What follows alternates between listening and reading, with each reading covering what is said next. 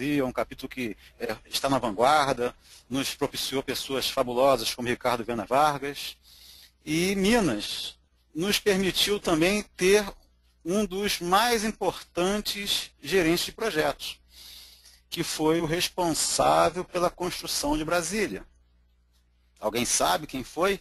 Todo mundo lembra do Niemeyer, mas coitado do gerente de projeto, que ninguém se lembra.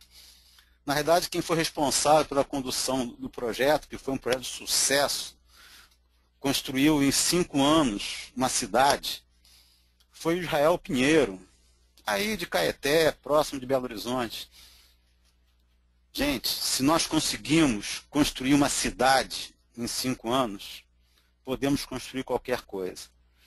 Então, temos condições de termos sucesso em nossos projetos. E sucesso tem a ver com atendimento de expectativa. Sucesso tem a ver com permitir que os demais stakeholders, a gente percebendo qual é a necessidade deles, a gente atenda. Tá? Só que para atender, nós temos que ir entender. A nossa palestra de hoje, ela é focada numa pessoa que vocês devem conhecer. É um grande guru chamado Vilfredo. Não conhece? Vilfredo, ele economista, sociólogo, embora nascido na França, mas de pais italianos, ele passou grande parte da vida dele na Itália, em Florença, no final do século XIX. E ele é responsável por uma coisa chamada princípio de Pareto. Ah, agora sim, Pareto, né? Pois é, Pareto, ele fazia pesquisas junto à população, por exemplo, na área de economia, e uma das coisas, por exemplo, que ele concluiu que 20% da população detinha 80% da renda. Isso quer dizer o seguinte, que se nós focarmos em 20% daquilo que é mais importante, nós garantimos 80% de sucesso. Então, o princípio de Pareto, ou regra 80-20, tem a ver com priorização, ou seja, foco. Se nós focarmos o nosso esforço em determinadas atividades, nós vamos ter 80% de resultados. É claro que esse percentual 20, 80, não necessariamente é esse, mas ele nos dá uma dimensão do que efetivamente a gente precisa, é priorizar. Bem, por que gerenciamento de projeto é tão importante, gente? Gerenciamento de projeto é o que permite às organizações transformarem as suas ideias em realidade. Então, se eu quero saber como implementar a estratégia, eu dependo de projetos. Tem um outro grande guru, também de administração, chamado Peter Drucker, que ele tem uma frase que eu considero fabulosa. Quando ele diz que a melhor forma de prever o futuro é criá-lo, é inventá-lo. Se eu quero saber o que o meu projeto vai ser daqui a 6 meses, o que a minha empresa vai ser daqui a 1 ano, a melhor forma de saber é planejar chegar lá. Então, gente, projeto ele é fundamental nas organizações. Nós temos aí na tela uma informação de que cerca de R$ 1 trilhão anualmente são utilizados na formação bruta de capital, ou seja, são projetos de investimento. R$ 1 trilhão. Nós temos aí uma perspectiva de investimento no Brasil de 679 bilhões de 2014 a 2017. Temos muito trabalho pela frente. Agora, infelizmente, nossos resultados não têm sido sempre satisfatórios.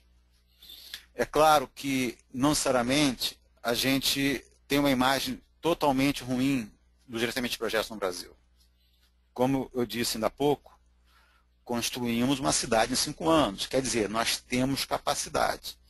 Porém, nós temos muito que melhorar. Então, essa pesquisa da pmsurvey.org, aliás, eu recomendo esse site, né? Essa pesquisa, ela iniciou no Brasil em 2003, pelo capítulo do PMI no Rio de Janeiro, hoje é a iniciativa global do PMI. Isso quer dizer que nós temos alguns países participando, de forma que, no futuro, nós teremos a possibilidade de comparar as nossas práticas, a nossa maturidade de gerenciamento de projetos com outros países. Aí mostra que cerca de 40% das organizações não são satisfeitas com o gerenciamento de projetos. E por isso, gente, é que a gente tem resultados como esse daí. Esse resultado é uma pesquisa na minha tese de doutorado, em que eu analisei 202 projetos no Brasil e eu queria associar práticas de gerenciamento de projetos aos resultados, né, ao sucesso ou não. E aqui vocês podem ver que somente 26% dos projetos tiveram uma previsibilidade de prazo. Cerca de 40% tiveram um desvio maior ou igual a 25%. Quer dizer, isso não é possível. Nós temos que ter uma coisa chamada previsibilidade. Quando a gente fala de custo, a previsibilidade é melhor, ou seja, o percentual dentro do desvio aceitável é menor. Porém, continuamos tendo um percentual muito grande com desvio acima de 25%. E, em relação ao resultado para o negócio, a estatística não é ruim, mostrando que a prioridade é atender os objetivos de negócio. E, eventualmente, a gente tem um desvio de prazo, um desvio de custo, mas atendendo aos objetivos do negócio. Então, mostra para a gente que nós precisamos melhorar a previsibilidade do projeto. E, para isso, nós temos que focar o gerenciamento, né? Nós não conseguimos fazer tudo, né? E, por isso, a gente precisa do profissional, do gerente de projeto.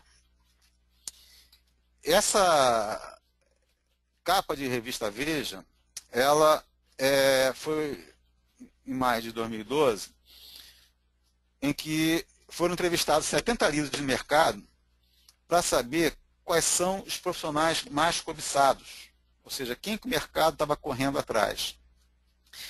E entre as 8 características do profissional mais cobiçado, aparecia conhecimento e habilidade em gestão de projetos.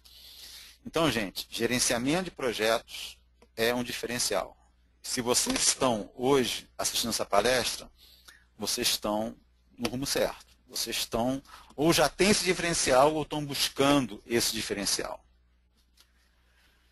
Voltando àquela pesquisa pmsurvey.org de 2013, que é feita anualmente, mas esses são dados do ano passado, do ano retrasado, uma das perguntas queria saber quais são as áreas do gerenciamento de projetos que são mais abordadas em relação ao que é chamado áreas de gerenciamento de projeto, ou áreas de conhecimento de gerenciamento de projetos. E desde 2003, a primeira pesquisa é esta ordem: prazo, escopo e custo. Ou seja, o foco da gestão é prazo, escopo e custo. Natural. E comunicação é o 4º lugar. Aliás, comunicação e riscos, que está logo em seguida, eles, felizmente, vêm crescendo ano a ano, né? Estavam mais lá embaixo, né? E vêm crescendo.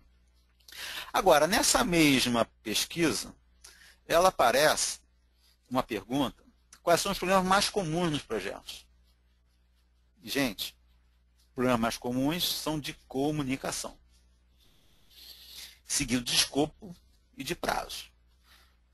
Percebam que eu falei no slide anterior que prazo e escopo eram problemas, ou melhor, eram as áreas mais consideradas no gerenciamento de projetos. Comunicação vinha perto. E mesmo assim, são problemas. Alguns podem perguntar, mas como assim? O que o pessoal mais faz é gerenciar prazo? Prazo é um problema?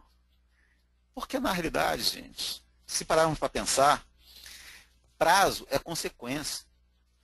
Um problema de prazo pode ser decorrente de recurso humano suficiente, que é um outro problema, de problemas com fornecedores, de risco não avaliados. Um problema de escopo pode ser decorrente de um problema de comunicação. Um problema de comunicação pode ser em função de recurso humano suficiente. O que quer dizer, gente? O gerenciamento de projetos, ele não pode ser só de prazo, escopo e custo. Para eu ter previsibilidade de prazo, eu preciso gerenciar risco, gerenciar qualidade, gerenciar recursos humanos. Então, seja qual for o projeto, nem que seja do churrasco no final de semana, eu tenho que gerar todas as áreas de conhecimento. Agora, voltando a falar de Pareto, eu tenho que priorizar. Eu não consigo fazer tudo. Eu não vou fazer, para quem conhece o Guia PMBOK do PMI, os 47 processos do Guia PMBOK. Agora, dependendo do projeto, eu vou priorizar qual a área de conhecimento. Então, por exemplo, se eu estou falando de um projeto da Olimpíada 2016 no Rio de Janeiro, com certeza, prazo tem que ser prioridade. Tem que focar mais em prazo do que em outras áreas. Se, por exemplo, vou construir um novo parque de diversões na Disney, lá em Orlando, a qualidade tem que ser em primeiro lugar. Não que eu vá abandonar os demais, mas eu preciso ter prioridade, eu preciso focar. Então, gente, primeira coisa, saibam no projeto de vocês qual área de conhecimento deve ser focada. E, dentro de cada área, eu tenho que focar. Então, vou gerenciar prazo, eu tenho que usar uma gestão mais de perto no caminho crítico. Para quem não conhece o termo, caminho crítico é o caminho que, se atrasar, se alguma atividade atrasar, atrasa o projeto. Porque tem atividade que tem folga, que se atrasar não atrasa o projeto.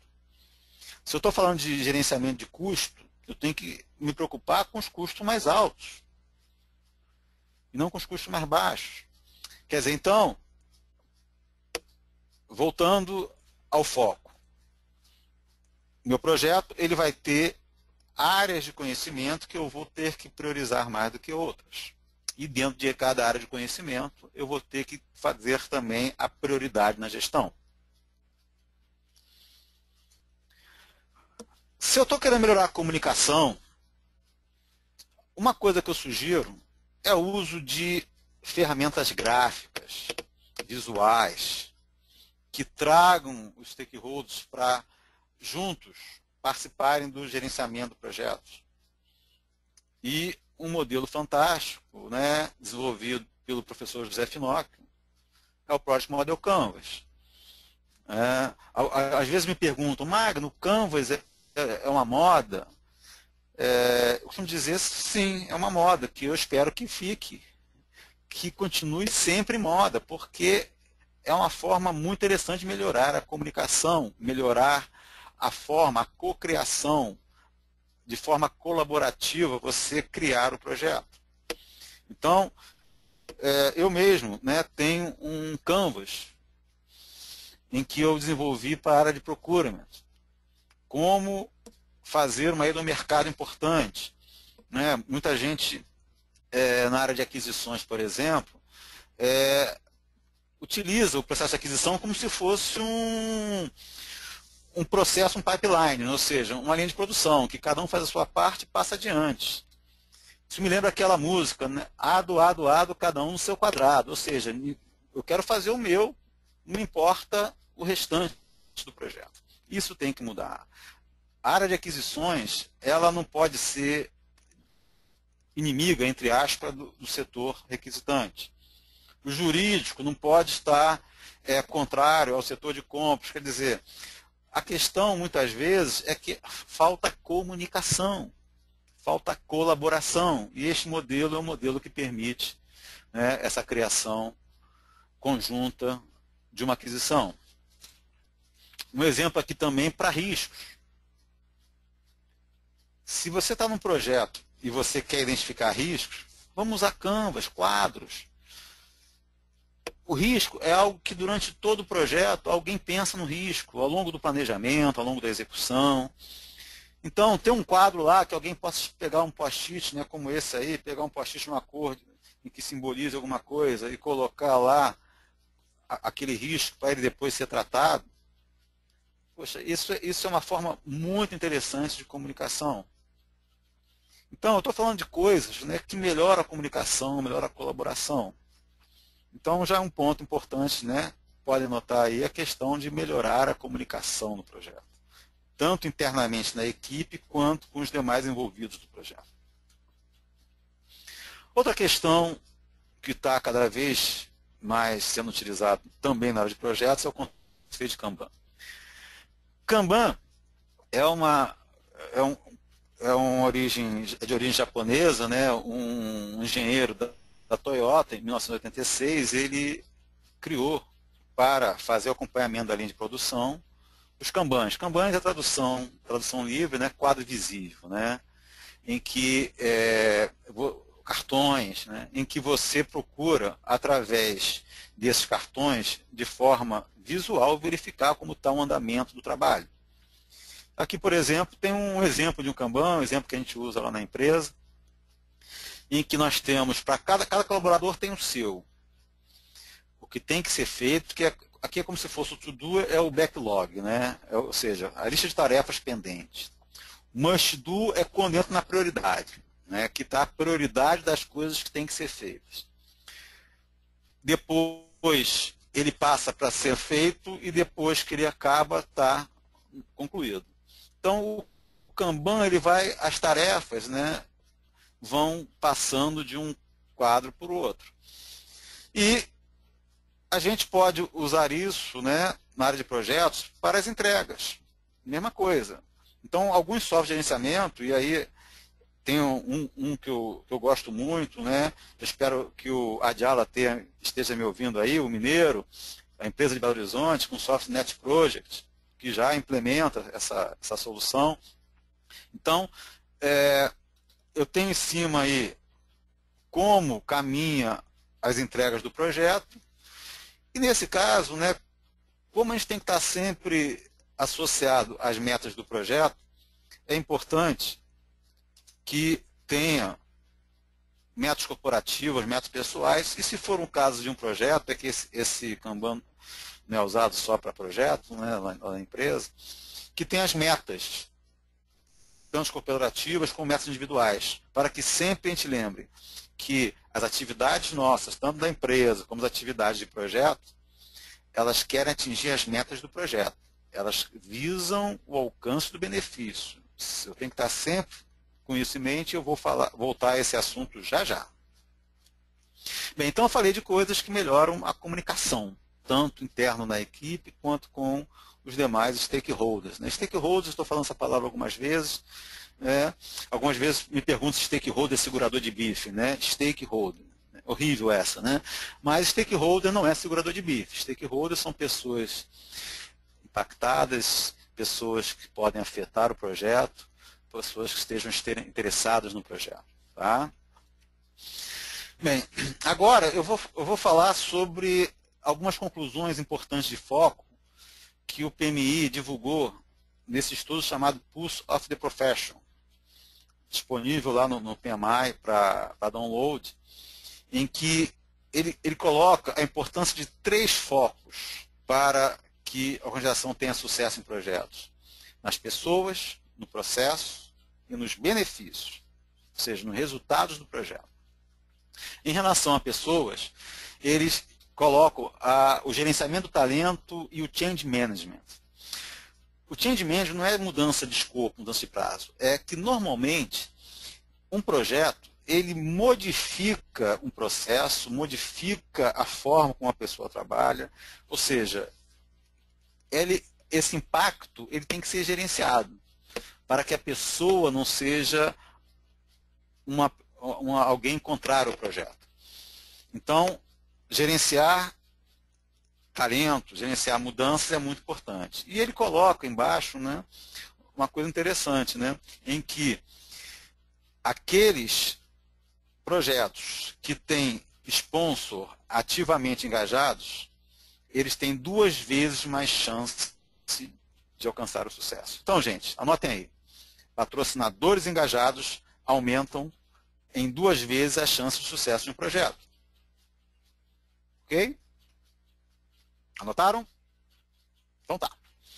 Então, segundo ponto, processo.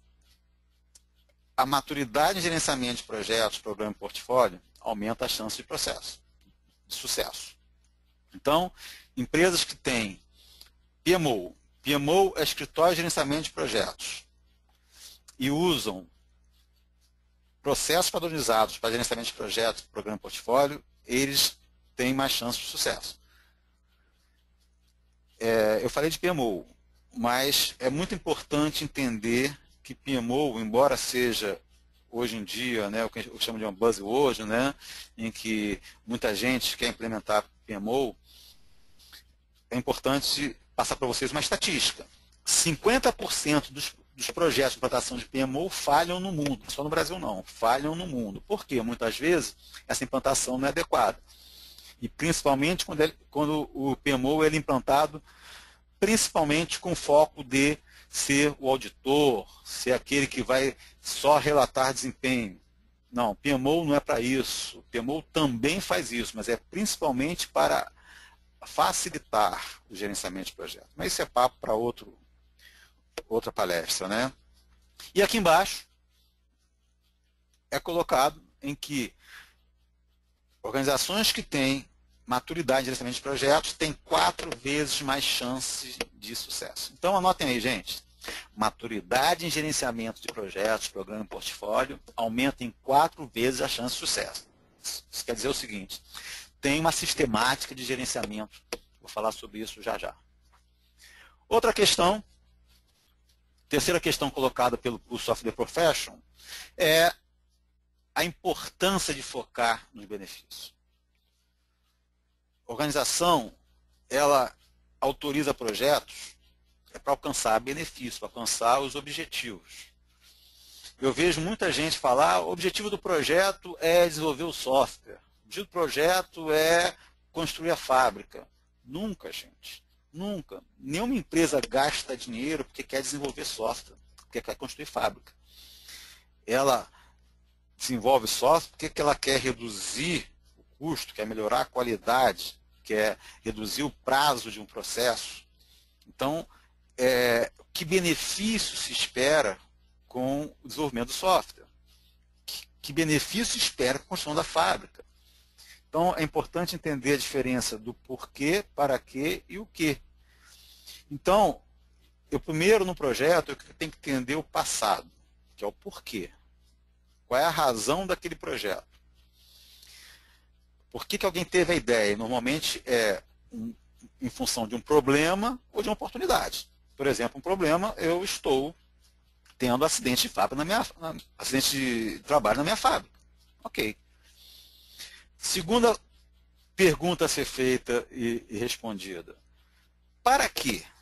Tá bom, eu estou tendo 10 acidentes por mês com afastamento do trabalho. Esse é meu problema. Agora, qual é o objetivo que eu espero? Meu objetivo é reduzir para, no máximo, 2 acidentes em 6 meses. Quer dizer, então, é importante estabelecer a meta para que o benefício desta meta atingida, eu vou ter uma produtividade melhor, eu vou ter um custo menor, eu vou ter necessidade de menos recurso humano. Ou seja, a partir do momento que eu entendo aonde eu quero chegar, que objetivo eu pretendo atingir no projeto, aí sim eu vou pensar no escopo.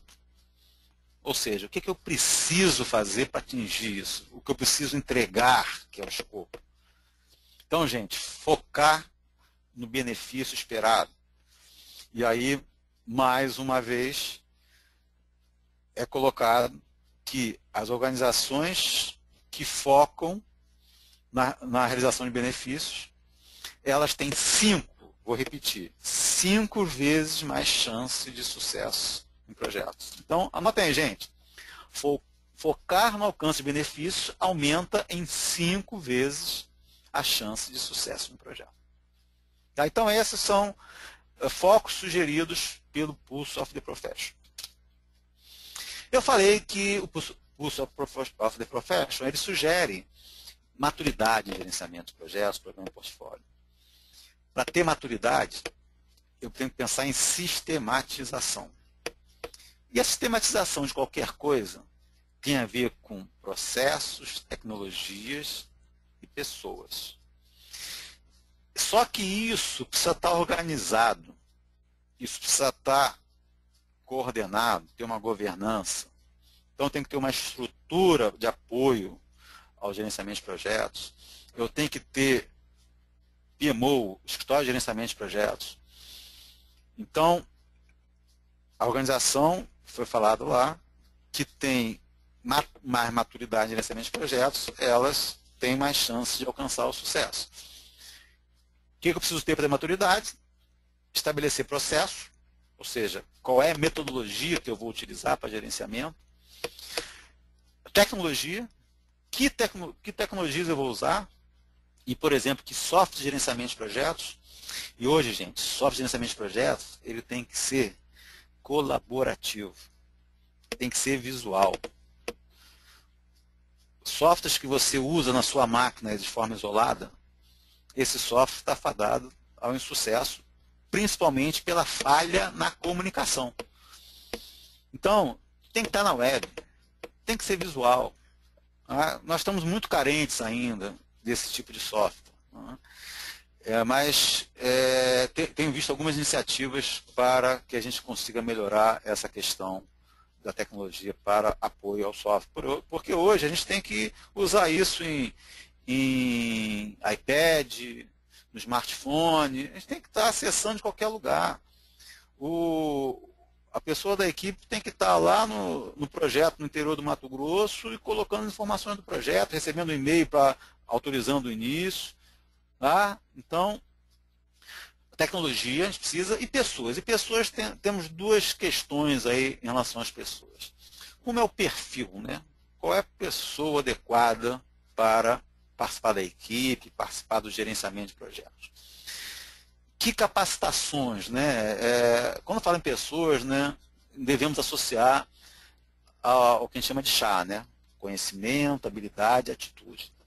Então, cabe à organização tratar a definição de que pessoas vão trabalhar em gerenciamento de projetos, qual o perfil necessário, que conhecimento, que habilidade e atitude. E, se for o caso, investir na capacitação.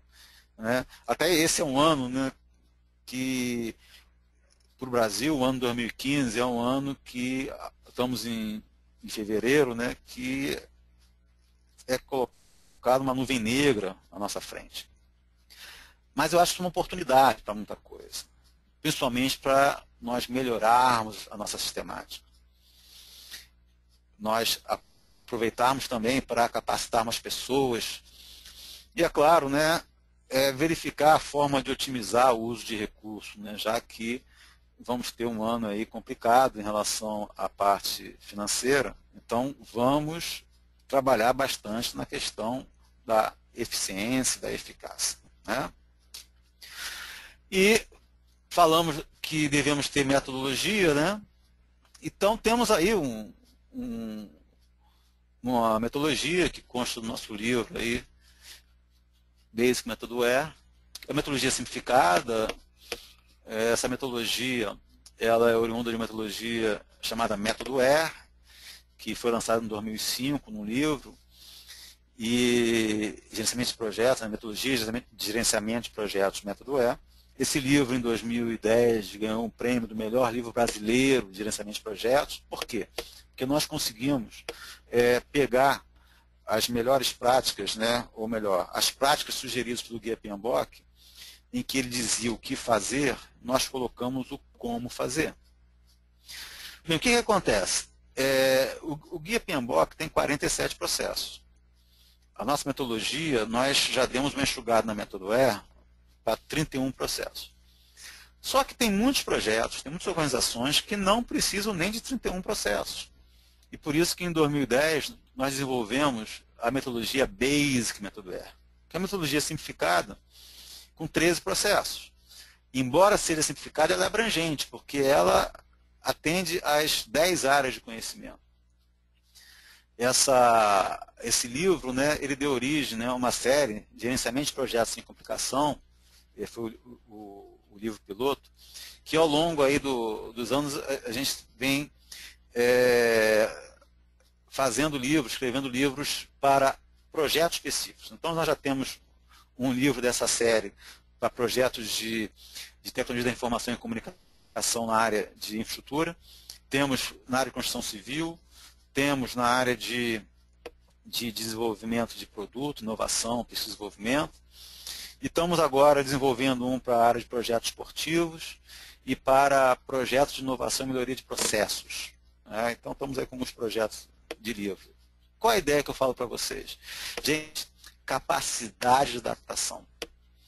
Então, eu tenho que focar a minha gestão de projetos naquilo que é mais importante. Eu não posso fazer os 47 processos do Guia PMBOK. Então, aí essa metodologia diz como é que eu inicio, como é que eu planejo, como é que eu executo, como é que eu acompanho, como é que eu corrijo, e fico nesse PDCA, né, Plano do Check Act, até a hora de encerrar o projeto. Essas informações no site da empresa, vocês conseguem mais informações sobre o livro, sobre a metodologia. Falamos também que quem orienta o gerenciamento de projetos para os benefícios tem maior chance de sucesso. Então, aí apresento aí uma sistemática, um exemplo de sistemática em que eu lá no início do projeto, eu defino quais benefícios eu quero alcançar, registro esses benefícios esperados, e durante o planejamento e execução, o gerente do projeto tem que manter o foco nesses benefícios, e lá no final tem que ser feita a avaliação de benefícios. Tem que ser verificado se aquela, entre aspas, promessa de resultados do projeto, aquela promessa foi realmente atendida. Um parênteses. Tem projetos que, ao término dele, não é possível ainda estabelecer se os resultados foram alcançados ou não. Por exemplo, eu vou fazer um projeto para reduzir a mortalidade infantil numa comunidade. Para isso, como escopo do projeto, eu quero reduzir em 50% em 2 anos. O escopo do projeto vai ser palestra, melhorar a infraestrutura, vai fazer vacinações. Então, o escopo vai ser feito e digamos que demore 3 meses. O projeto não pode ficar aberto até o alcance dos 2 anos, quando se espera que o benefício seja alcançado. O que fazer, então? Papel, e aí entra o escritório de gerenciamento de projetos, para fazer essa avaliação dos benefícios dos projetos que tiveram que ser concluídos antes dele. Agora, se o seu projeto vai entregar o benefício durante o prazo do projeto, e posso ter até benefícios intermediários, tem que colocar no escopo do projeto como é que eu vou medir esse benefício e efetivamente medir se o resultado foi alcançado ou não. Tá? Então, tem uma sistemática para avaliar os projetos, para definir e avaliar os benefícios dos projetos. Bem, agora eu vou falar sobre algumas conclusões que eu cheguei da minha pesquisa para a tese de doutorado. Como eu já disse anteriormente, eu fiz a pesquisa com 202 projetos no Brasil, de vários tamanhos, de vários custos, prazos, de complexidade, de tipo de projeto, construção civil, petróleo e gás, TI. Realmente a amostra foi bem interessante. E eu queria, nessa tese, que eu chamei o nome dela As Balas de Prata do Gerenciamento de Projetos. Bala de prata, né, é uma metáfora que vem do folclore, né, em que para você matar o lobo, você precisa dá um tiro certeiro de uma bala de prata no coração. Isso quer dizer o seguinte, se você não acertar, se você, de primeira, se você não conseguir o sucesso, o lobo vai te pegar. Então, essa metáfora ela é usada na área de gestão também, dizendo que você tem algumas ações, que são balas de prata, que vão ter maior chance de fazer com que você alcance sucesso. Então, eu queria fazer uma análise de causas e efeito. E, para isso, eu dividi as causas, né, em 4 dimensões, né? Pessoas, organização, processo, tecnologia. E processos eu dividi nas áreas de conhecimento do Guia PMBOK. Então, a ideia era fazer justamente o estabelecimento de que práticas me levam mais ao sucesso. E aí eu abro um parênteses, né, porque é colocado muitas vezes que o Guia PMBOK, ele contém as melhores práticas, as boas práticas. Bem, a notícia é que, cientificamente, não tem nenhum estudo que mostre que o que está no Guia PMBOK representa as melhores práticas. Ou seja, que quem fizer aquilo ali vai ter o sucesso.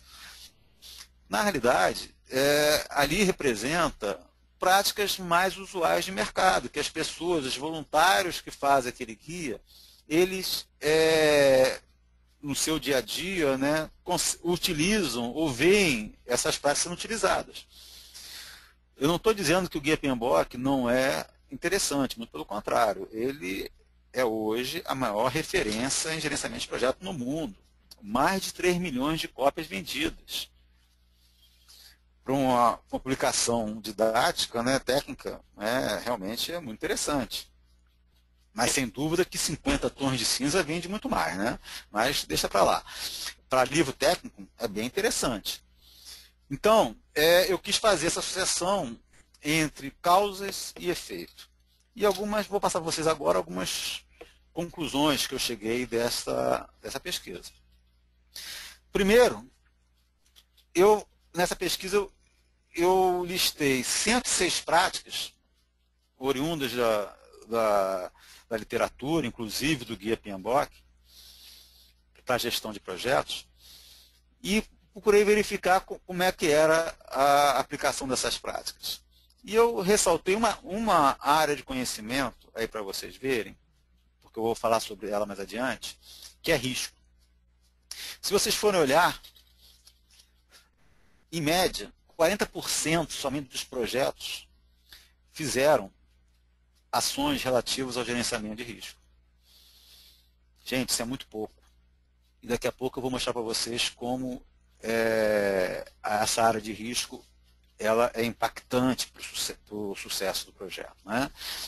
Então, na minha pesquisa, eu tenho para cada área de conhecimento, né, eu tenho lá quais são as práticas mais utilizadas. Percebe a diferença? Uma coisa é o que é mais utilizado, outra coisa é que leva mais a sucesso. Tá? Bem, o que focar, então, para o sucesso do projeto?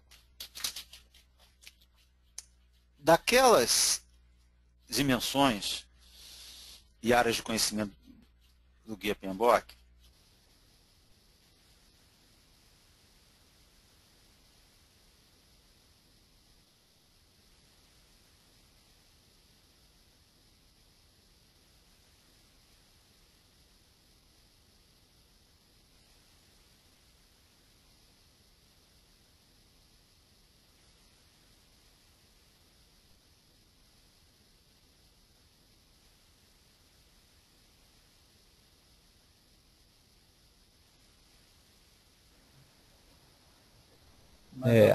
Acho que tivemos um problema aqui com a conexão do Magno. Só um instante, por favor. Vamos tentar restabelecer a conexão com ele.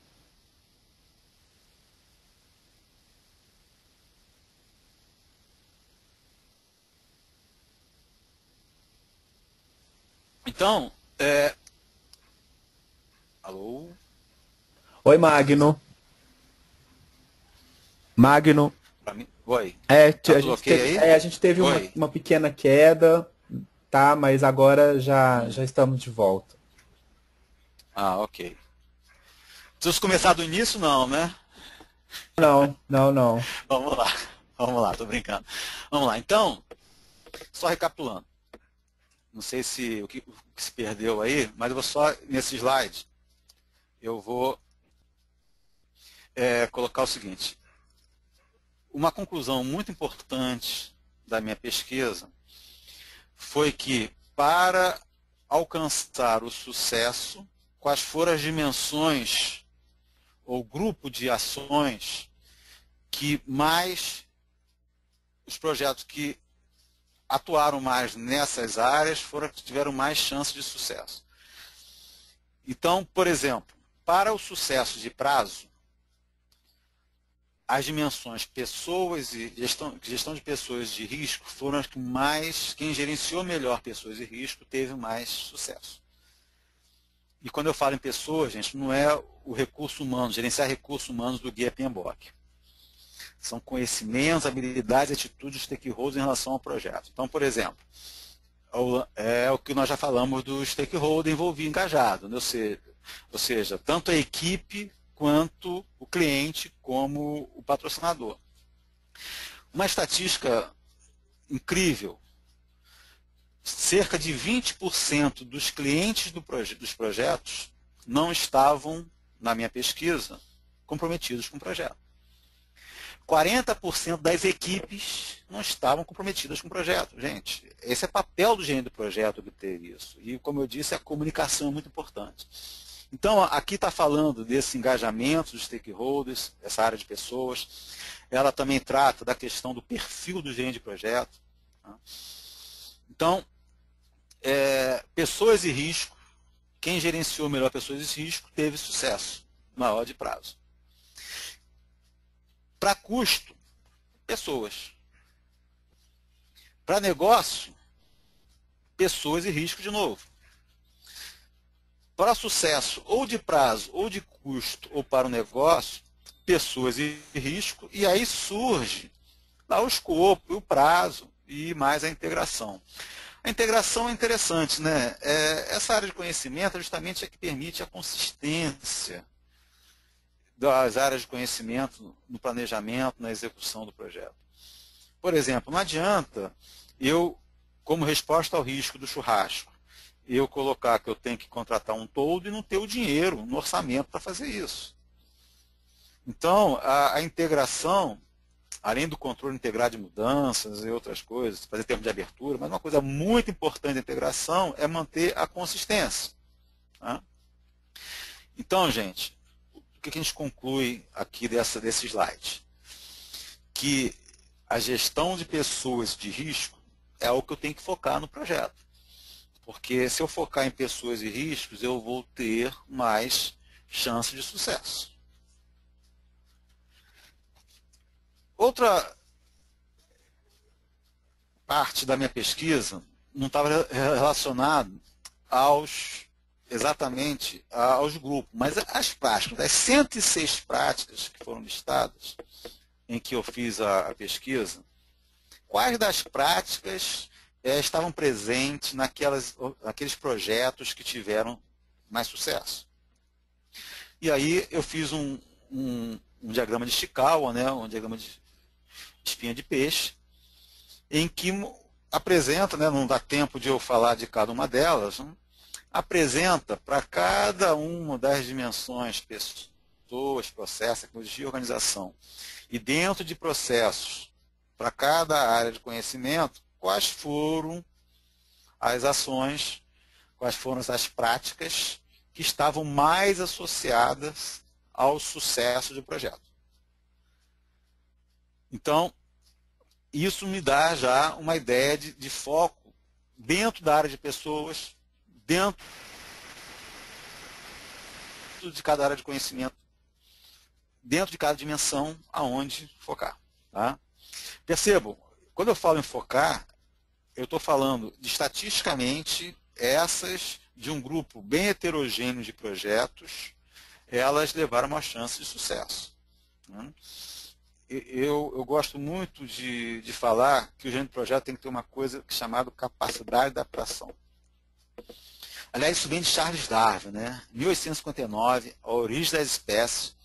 Charles Darwin, ele tem uma frase mais famosa nesse livro dele, quando ele diz que não são os mais fortes nem os mais inteligentes que sobrevivem, são os que melhores se adaptam. E eu uso muito isso, né, para o gerente do projeto, porque cada projeto é único. Então, a gestão do projeto tem que ser adaptada a cada projeto. Eu não vou gerenciar da mesma maneira o projeto do churrasco, o projeto de construção de uma plataforma de petróleo. Então, por favor, não entendam que vocês devem em todos os projetos atender, realizar essas práticas daí que o Magnum disse que vai ter sucesso. Né? Eu vou fazer isso daqui que eu vou ter sucesso. Não, pelo amor de Deus. Capacidade de adaptação. Esse é um estudo estatístico em que foi usado todas as técnicas estatísticas, né, necessárias. Tá? Quem olhar lá a minha tese está disponível no site, né, no link que já foi falado mais adiante, lá atrás, vai ver o tratamento estatístico que foi dado para se chegar a essa conclusão. Mas é estatística. Né? Então, tem 80% de chance de chover hoje, de acordo com o canal do tempo. Mas pode ser que não chova. Então, por favor, capacidade de adaptação. Agora, eu também procurei saber o seguinte. Tá bom, dessas práticas que estão associadas a ótimos resultados de prazo ou de custo, ou para o negócio, quais é que se verifica que menos de 50% dos projetos não fazem? Ou seja, já é algo que a gente vê que existe uma possibilidade de melhorar muito fácil, porque 50% não está fazendo. E às vezes até nem 30%. Então, por exemplo, utilizar informações históricas. Gente, pelo amor de Deus, eu preciso, na hora de fazer estimativa, não usar aquela técnica que o pessoal fala, né? Que a técnica mais usada para fazer estimativa é o cálculo heurístico utilizando técnicas estimativas, é o chute. Gente, pelo amor de Deus. Então, vamos aprender com a história. Agora, para eu ter histórico de projetos, eu preciso ter banco de dados. Eu preciso ter uma ferramenta que tenha um histórico, que não cada gerente de projeto tenha na sua cabeça as informações históricas, tenha no seu computador. Então eu volto àquela discussão anterior sobre tecnologia, em que o software de gerenciamento de projetos ele tem que ter um banco de dados de projetos. Ele tem que facilitar a consulta. Ele tem que facilitar a verificação de lições aprendidas, de riscos, de estimativas também, alocação de recursos. Se cada projeto for o primeiro, pelo amor de Deus, as empresas elas utilizam projetos que são repetitivos. Tem projetos que são comuns na empresa e parece como se fosse a primeira vez. Então, eu tenho, no meu livro de escopo, eu lancei os 10 mandamentos da estrutura analítica de projeto, né, 10 mandamentos da EAP. E o primeiro mandamento é: cobiçarás a EAP do próximo. Quer dizer, vamos falar isso para projeto, né? Cobiçarás o projeto do próximo. Então, gente, primeira coisa quando começar um projeto, é verificar o histórico. Se não foi na sua empresa, aproveita aí uma lista de discussão, né, um LinkedIn, uma rede social, colegas de faculdade, e verifiquem outros projetos semelhantes. Outra coisa é o monitoramento do projeto. A técnica de valor agregado é uma técnica antiga, né, uma técnica da década de 60, e que vem crescendo nos últimos anos de utilização em projetos. Ela tem as suas dificuldades? Tem. Tanto é que existe técnica hoje também de prazo agregado. Não tem problema. O importante é que a gente entenda o modelo, né, quais são os defeitos que ele tem, para interpretar corretamente. Então, a técnica de valor agregado, ela me permite fazer uma comparação entre o trabalho que eu estou executando com o trabalho que eu deveria ter executado, do custo do que eu estou executando em relação ao que eu deveria ter executado, possibilitando as chamadas curvas S, curvas de desempenho. Então, a utilização de técnica de valor agregado foi uma das práticas que quem utilizou acompanhou melhor o projeto e teve mais chance de sucesso. Envolver as partes interessadas no esforço de identificação de risco.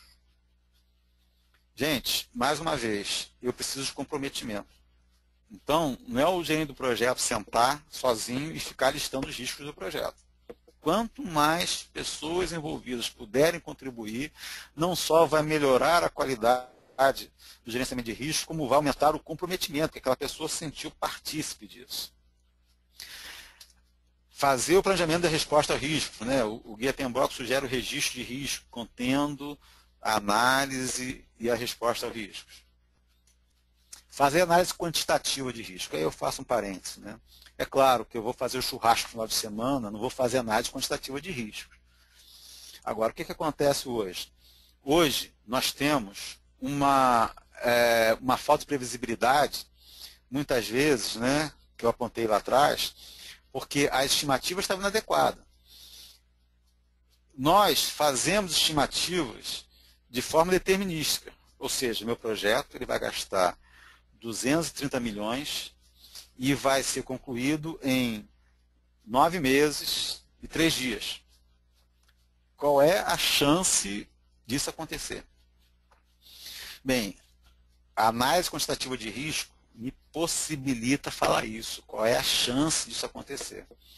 Me possibilita eu dizer qual vou fazer uma proposta comercial. A gente lá na empresa, o meu sócio, o Luiz Fernando Xavier, é um dos maiores especialistas em risco do Brasil, e ele tem participado de vários projetos aí para ajudar as empresas a apresentar proposta, em que chega lá, em que às vezes consegue, com a análise de risco, gerenciamento de risco, consegue colocar uma proposta mais barata com uma probabilidade maior de sucesso, dizendo, olha, eu quero ter 90% de chance de ter o lucro tal. Então, gente, análise quantitativa de risco. Por quê? As nossas estimativas são determinísticas, mas os resultados do projeto são probabilísticos. Então, por que não trabalhar também de forma probabilística nas estimativas? Fazer constar da EP do cronograma o processo de aquisição dos itens críticos, né? Ou seja, lembrar que os processos de aquisição, que normalmente são gargalos nos projetos, tem que estar na EP no cronograma. Detalhar especificações no nível adequado para o entendimento dos fornecedores. Fazer reunião de partida do projeto. E às vezes, se for num contrato, de um contrato também. Ou seja, eu posso ter num projeto mais de uma reunião de partida. A organização da autoridade necessária para o exercício da função do gerente do projeto. E aí vem um ponto importante em relação à organização, que é uma das dimensões analisadas, que se o gerente do projeto ele não tem delegação de competência para fazer o trabalho, se ele não consegue ter autoridade, ele não consegue que o restante da organização, que normalmente trabalham no projeto, possam realmente contribuir para esse sucesso. A organização possui um projeto ou programa para alcançar a maturidade de gerenciamento de projeto. E aí volta lá o Pulse of Profession do PMI, que fala de maturidade, a importância da maturidade organizacional, né, para que os projetos tenham mais chance de sucesso. A equipe do projeto estar comprometida com o projeto. Poxa, parece uma coisa óbvia, né? Mas é papel do gerente do projeto obter esse comprometimento. O gerente do projeto ter feito uma pós-graduação na área de gerenciamento de projetos. Gente, isso aí não é porque eu sou professor do MBA da FGV que eu estou dizendo isso, não, gente. A estatística falou que tem uma pós-graduação na área de gerenciamento de projetos. Os projetos que tiveram gerente de projeto com essa qualificação tiveram mais chance de sucesso. E o gerente do projeto ter gerenciado um projeto de escopo semelhante. Gente, não é fundamental ter já gerenciado, mas ajuda, porque já passou pela experiência, tem maior facilidade de histórico, etc. Bem, gente, como eu tenho 2 minutos, eu vou resumir o que nós vimos até agora. Gente, a questão é foco. Não quer dizer que deva ser feito só isso. Não quer dizer que para todos os projetos o foco deva ser só esse. Essas são algumas sugestões que eu estou dando em função dos meus estudos, em função do que eu tenho visto na literatura, em função da minha experiência pessoal, sobre como usar Pareto, ou seja, como priorizar.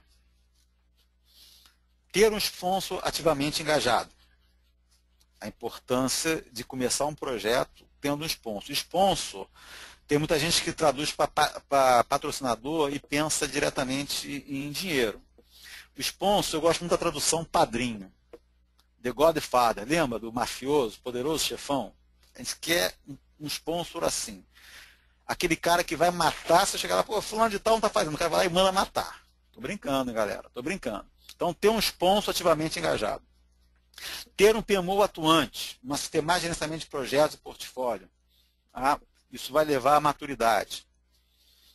Estabelecer, comunicar e medir benefício do projeto. Gente, todo mundo do projeto tem que saber onde se quer chegar.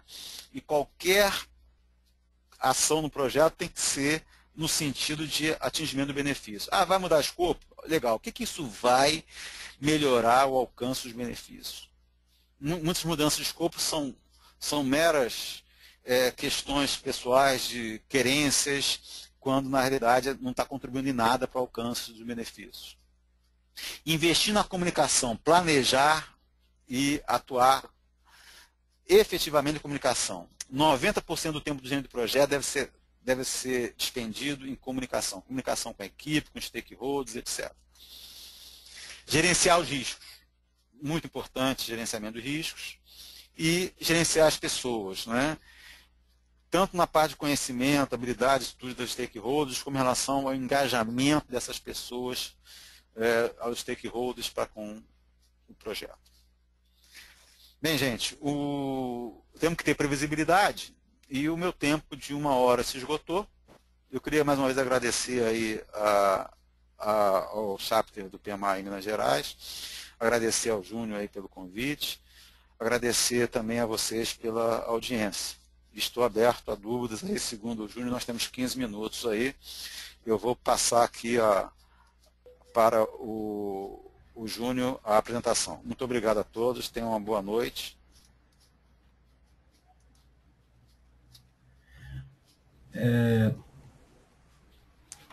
Bom, Carlos, queria mais uma vez agradecer pela sua apresentação, tá? Eu gostei muito do tema que você trouxe para a gente. Eu acho que é um tema que realmente chama bastante atenção. Né, o que devemos focar no gerenciamento de projetos. Realmente tem várias coisas que a gente pode pensar. Até o momento, assim, a gente pode esperar uns minutos, ver se o pessoal tem alguma pergunta, mas eles também têm acesso ao nosso e-mail, pode mandar para a gente a pergunta para webinars@pmimg.org.br e que na sequência eu vou estar passando para você nos responde e disponibilizamos junto com o vídeo no site do PMI. Ok. Então, assim, mais uma vez eu te agradeço pela sua apresentação e deixa eu ver aqui se nós tivemos aqui alguma... até o momento a gente não teve. Você pode fazer pergunta também. Bom, eu não anotei a pergunta, minha dúvida que eu tinha, acabou que... Mas, e como eu disse, Magno, havendo perguntas, eu disponibilizo no seu e-mail, você nos responde que a gente passa para o pessoal no site do PMI. A gente solta um comunicado, como eu disse, o vídeo também vai ser disponibilizado lá no site. Uhum. E é isso, acho que podemos encerrar o evento, né? Ok. Eu não sei se eles estão me ouvindo, né? Sim, ainda temos algumas pessoas online. Então, meu e-mail aí é magno@biware.com.br. Fiquem à vontade aí para entrar em contato. E fico muito feliz pelo convite, de ter tido a oportunidade de falar sobre esse assunto que eu acho cativante, que há 25 anos eu trabalho, que é o gerenciamento de projetos. Ah, muito Ok? bom. Ok, Ok, Magno. Júnior. Muito obrigado. Falou, meu amigo. Muito Boa obrigado aí, noite. sucesso para vocês aí. Até logo. Obrigado.